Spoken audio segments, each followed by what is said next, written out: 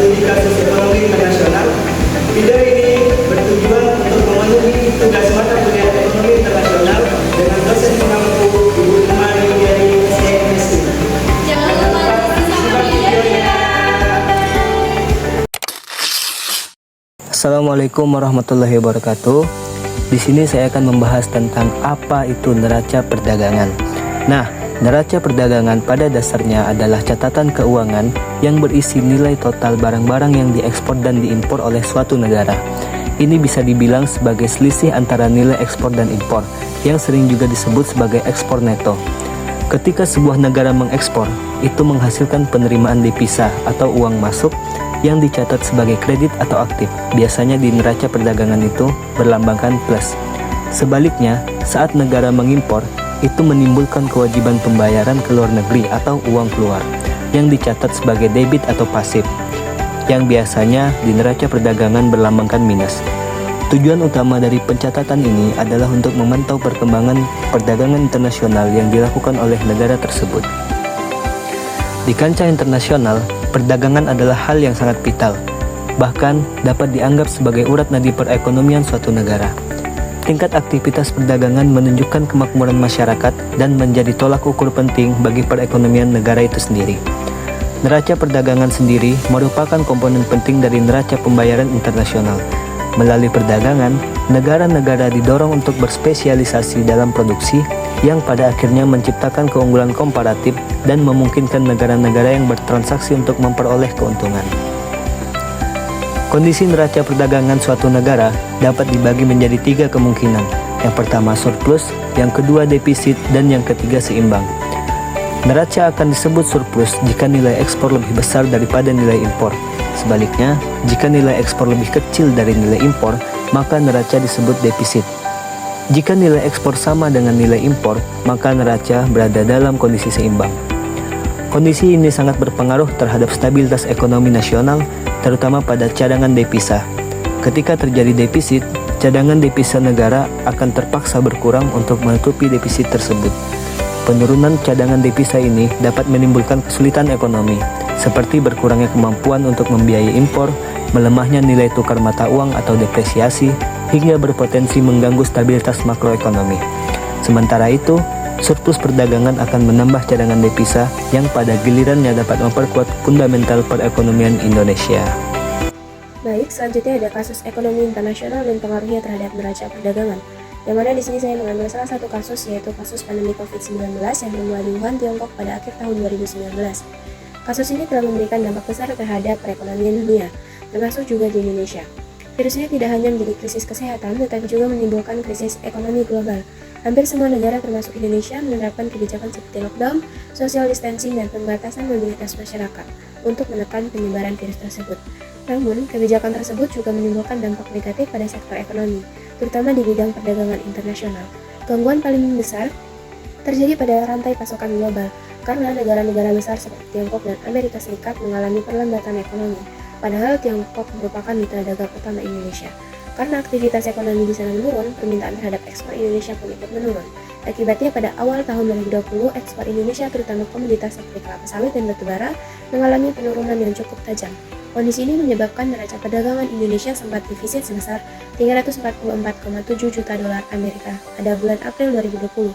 Meskipun jika dilihat dari periode Januari hingga April 2020 masih ada mencatat surplus. Setelah mengalami tekanan berat pada tahun 2020, Indonesia mulai menunjukkan tanda-tanda pemulihan ekonomi pada tahun 2021.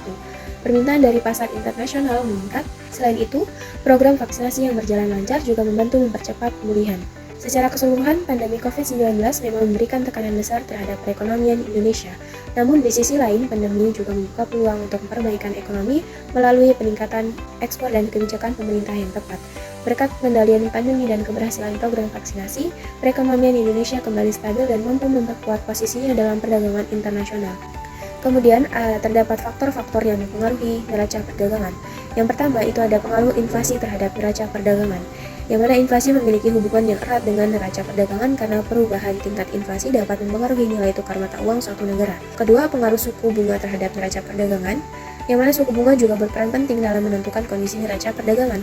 Namun dalam beberapa penelitian, pengaruh suku bunga terhadap neraca perdagangan bersifat tidak konsisten.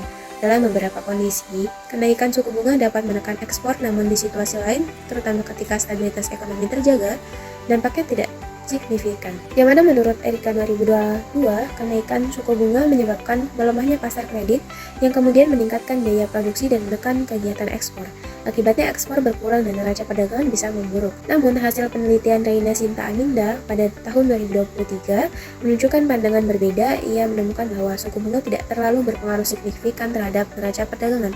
Ketika inflasi rendah dan ekonomi global tidak stabil, kenaikan suku bunga justru dapat mendorong peningkatan dana masyarakat dan konsumsi domestik yang bisa memperbaiki neraca perdagangan melalui peningkatan aktivitas ekonomi. Sementara itu, penelitian Asnawi dan Hasniati pada tahun 2018 menyatakan bahwa suku bunga tidak berpengaruh langsung terhadap ekspor neto. Suku bunga yang tinggi memang dapat menaikkan biaya pinjaman, tetapi hubungan antara suku bunga dan neraca perdagangan tidak selalu jelas karena banyak faktor lain yang turut berpengaruh. Yang terakhir, pengaruh nilai tukar terhadap neraca perdagangan. Nilai tukar atau exchange rate merupakan faktor penting yang secara langsung mempengaruhi neraca perdagangan. Ketika nilai tukar mata uang domestik itu melemah, maka barang-barang dari negara tersebut menjadi lebih murah bagi pembeli luar negeri. Akibatnya ekspor meningkat dan impor menurun, yang dapat memperbaiki neraca perdagangan. Selanjutnya, yaitu materi mengenai dampak kasus ekonomi internasional terhadap perekonomian. Di dalam era globalisasi, hubungan antar negara dalam bidang ekonomi semakin erat dan saling bergantung. Peristiwa atau kasus ekonomi internasional seperti perang dagang, krisis keuangan global, hingga pandemi COVID-19 memiliki dampak yang signifikan terhadap stabilitas perekonomian global maupun nasional. Kasus-kasus tersebut menunjukkan bahwa perekonomian dunia memiliki keterkaitan yang erat, di mana gejolak di satu negara dapat menimbulkan efek domino bagi negara lain. Baru yang kedua ada dampak terhadap perekonomian nasional, seperti kasus Indonesia, yaitu A. Penurunan ekspor dan impor. Yang B. Ada fluktuasi nilai tukar dan neraca pembayaran. Yang C. Ada upaya pemerintah dalam stabilitas perdagangan. Yang ketiga ada dampak terhadap sektor perdagangan luar negeri, yang mana kasus globalnya menyebabkan A.